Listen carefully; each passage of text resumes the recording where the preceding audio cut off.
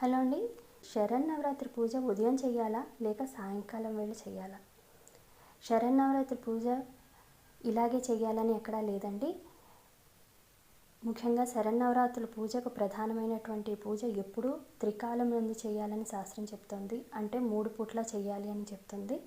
అయితే ఇందులో ఒక పూజ విశేషంగా చేస్తూ మిగిలిన పూజలు మామూలుగా లఘువుగా చేసుకోవచ్చు. రాత్రి ప్రధానంగా చేసిన వారు ఉదయం నుంచి ఉపవాసం లేదా ఏకభుక్తం చేస్తూ వ్రతం చేయాలి.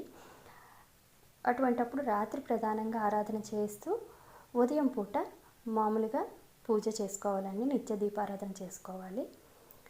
ఉదయం పూజ చాలా అవసరం, ప్రాతకాల పూజ అనుకునేవాళ్ళు ఒకవేళ రాత్రి విశేష పూజ చేస్తారు అంటే ఉదయం సంక్షిప్తంగా పూజ చేసుకొని రాత్రి విశేష పూజ చేయొచ్చు.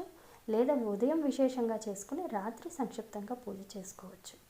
అందుకు 2 పూట్ల కానీ 3 పూట్ల కానీ ఈ దివ్యమైన ఆరాధన